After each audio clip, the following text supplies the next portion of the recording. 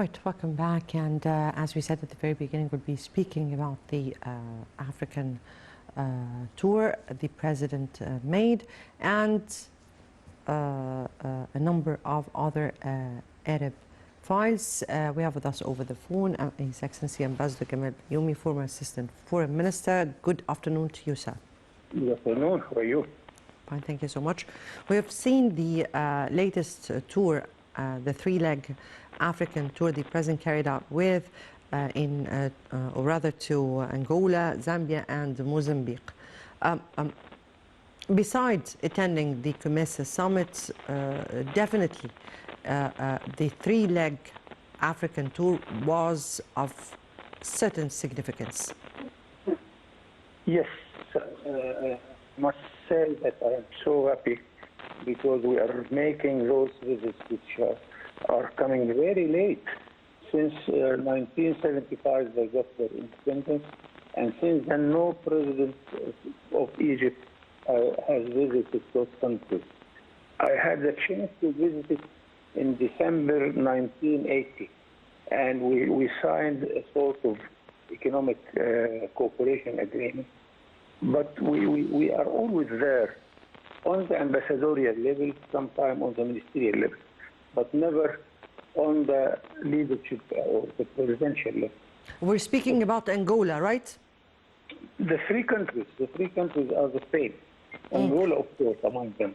And of course, the three of them were our guests in Sharm el-Sheikh several times, whether in the African Union Summit or during the COP27 Conference of Environment. And but here I am satisfied that at last Egyptian president, on top of the country's leadership, is visiting the three countries, Angola, Mozambique, and Lusaka also. So this is a sort of one more effort in a chain of contacts with most of the African Union leaders. And this shows that Egypt, although Egypt is seeking help from donors' countries, but we are a donor in Africa. We are helping Africa through our Egyptian fund for economic cooperation with Africa. Now we have an agency for development in Africa, and we are doing our best.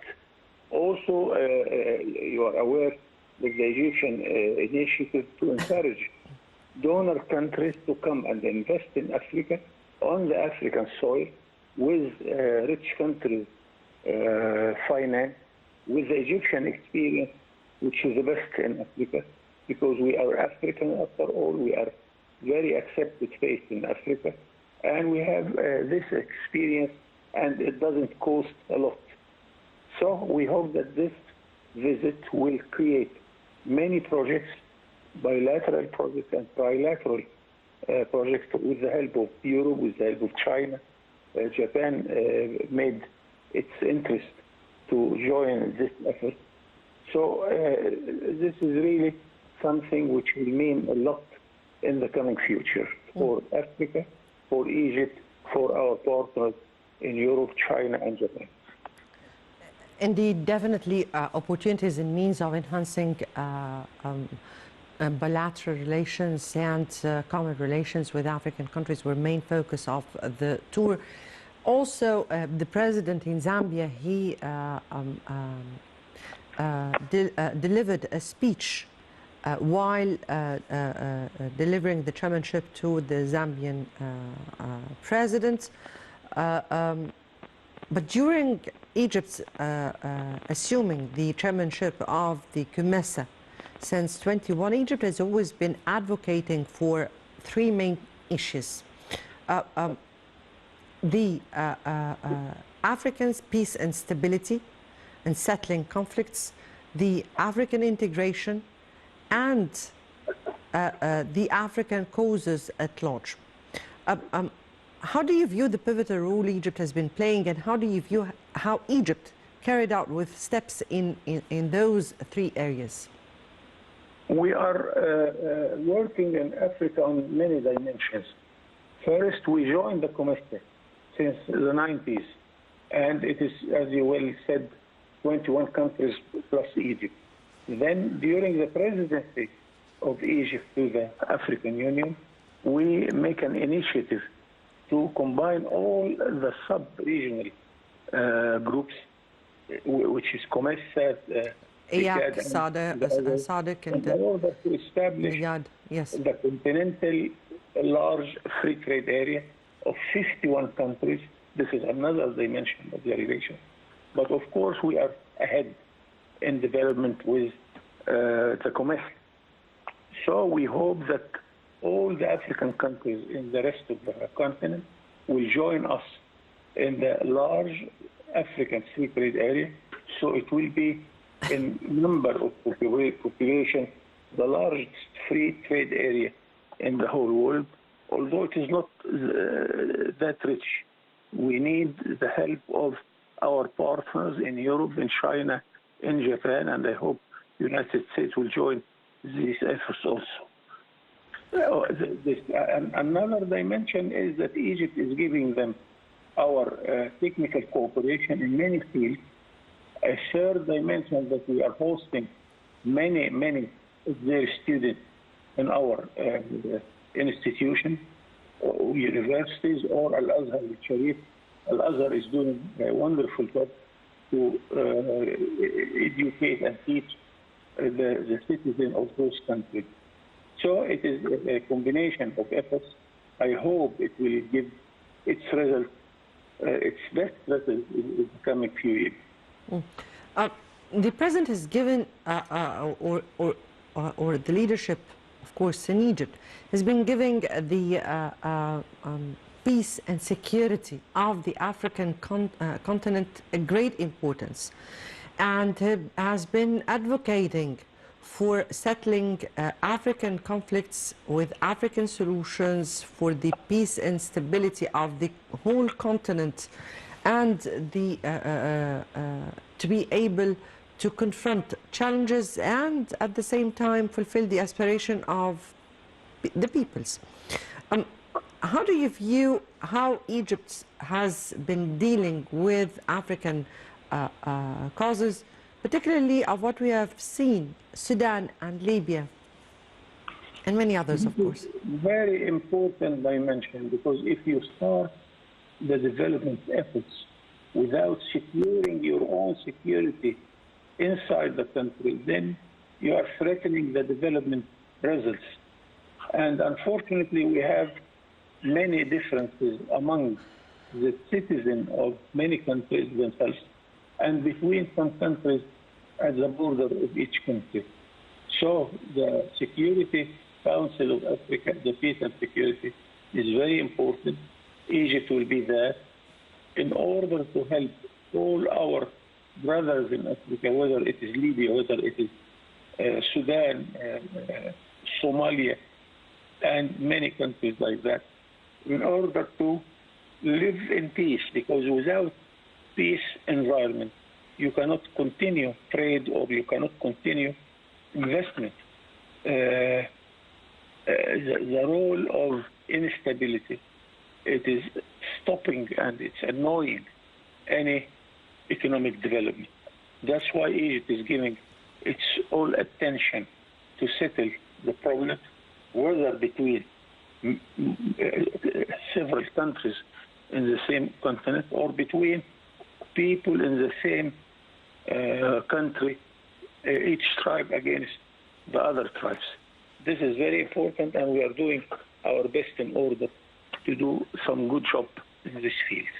Very much indeed. So, particularly Sudan, the president addressed during the Comesa summit and in every fora, international fora, where he urged Yes. for a Sudanese solution and support from African countries for the Sudanese people in order to be able to settle their conflicts, reach peace and stability. Sudan is also Yes, a please. special case because it's not a matter that the tribes are fighting each other. Because in many countries, I always give the example of Nigeria. When the tribes are fighting each other, they come to the army and ask the army to rule the country. Because the only thing which the army is belonging, it is the United States. And the army, it belongs to the whole country. It doesn't belong to tribes or parties. Unfortunately, in Sudan, the army itself, it is divided among different parties, and this is not good enough to make any investor think seriously to come and invest in Sudan. Sudan needs much more effort, first, to stop the army, different factions, to fight each other, and then to satisfy all the parties, all the tribes, in order to see that they have to live under one flag and under one country, one government, which will represent the whole country. This applies also to Libya, because without a united government, you cannot continue the economic development efforts. Yes. Very much indeed, Your Excellency, Ambassador Gamal Bayoumi from Assistant Foreign Minister. Thank you so much for being with us. And before we continue on with our discussion, let's have this report and we'll come back.